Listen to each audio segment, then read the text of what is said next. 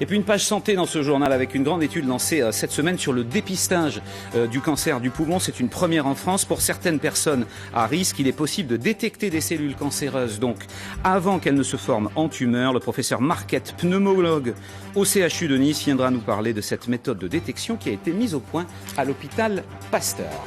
Une page médicale ce soir dans le 19-20 régional avec une grande campagne française, mais lancée à Nice, campagne de dépistage du cancer du poumon. Avec une prise de sang, une équipe médicale de l'hôpital Pasteur va pouvoir détecter des cellules dans le sang avant qu'elles ne forment une tumeur. Les explications tout de suite d'Olivier Chartier-Delegue avec Jean-Christophe Routier. Il y a un an tout juste, l'annonce avait fait le tour du monde, passionnant le milieu de la recherche, mais aussi le grand public. Au CHU de Nice, l'équipe du professeur Hoffman venait de mettre au point un procédé unique de détection précoce du cancer du poumon, plusieurs mois avant qu'il ne soit visible au scanner, grâce à une simple prise de sang. Ces premiers résultats, il faut maintenant les valider à grande échelle, et c'est tout l'enjeu du programme AIR. L'étude va porter sur 600 personnes à risque réparties dans 15 centres en France. Les cobayes volontaires devront être âgés de 55 à 75 ans, avoir cumulé 30 ans de tabagie au rythme d'un paquet par jour et être porteurs d'une bronchopneumopathie chronique obstructive. Au terme de cette étude, si le test sanguin élaboré à Nice tient ses promesses, on pourra alors parler d'une avancée exceptionnelle dans le domaine de la médecine prédictive. Et avec nous dans le 19-20 régional, le professeur Marquette, qui est pneumologue au CHU de Nice à l'hôpital Pasteur et qui est l'un des scientifiques qui a découvert le processus. Première question, quand vous découvrez ces cellules dans le sang, est-ce qu'on est considéré comme un cancéreux ou pas? On a le cancer ou pas? Est-ce que c'est comme la grippe? On a des symptômes mais on peut ou pas ne pas la déclarer? Non, la présence simple de cellules tumorales n'est pas forcément signe de maladie. En fait, l'expression de la maladie, c'est quand l'immunité est prise de court face à ces cellules tumorales. Donc, quand on les découvre, on n'est pas forcément cancéreux. Non.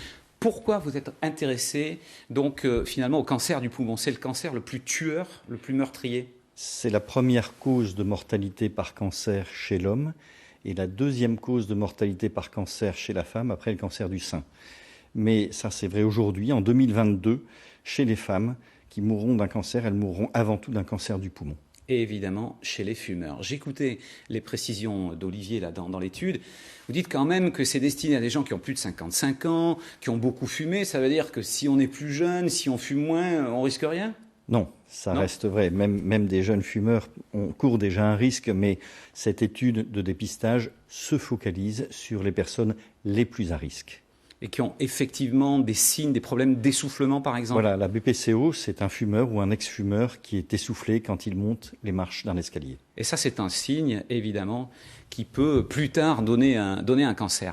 On a dû souvent vous poser la question, puisque vous êtes un pneumologue spécialiste du cancer, par rapport à tous les gens qui nous écoutent et qui fument, est-ce que l'e-cigarette, la cigarette électronique, c'est beaucoup moins dangereux, oui ou non?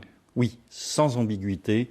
Je vous rappelle que le ministère de la Santé anglais a publié son rapport le 25 août démontrant que c'est 95 fois moins dangereux que la cigarette. 95 fois moins dangereux? Oui. Vous êtes un scientifique qui adhère à ça? Tout à fait. Je fais partie de l'appel des 120 pneumologues, cancérologues, médecins, tabacologues qui plaident pour l'utilisation de l'e-cigarette comme technique de sevrage.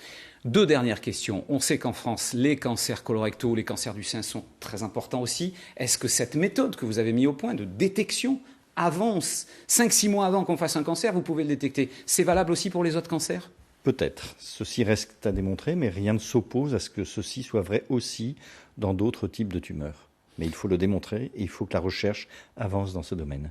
Vous vouliez, en venant ici aussi, signaler un site internet. On va voir l'adresse, vous allez nous donner l'adresse. Donc ça, c'est pour les gens qui éventuellement se posent des questions et qui peuvent trouver des réponses sur le site internet. Voilà, toutes les réponses sont sur le site projet-r.org. C'est un site dédié aux patients et à leurs médecins. Et ils doivent répondre à ce questionnaire donc, et savoir s'ils sont concernés. Merci, professeur Marquette. La fin de l'étude, ce sera dans combien? 3 à 4 ans. 3 à 4 ans. Merci beaucoup d'être venu dans le 19-20.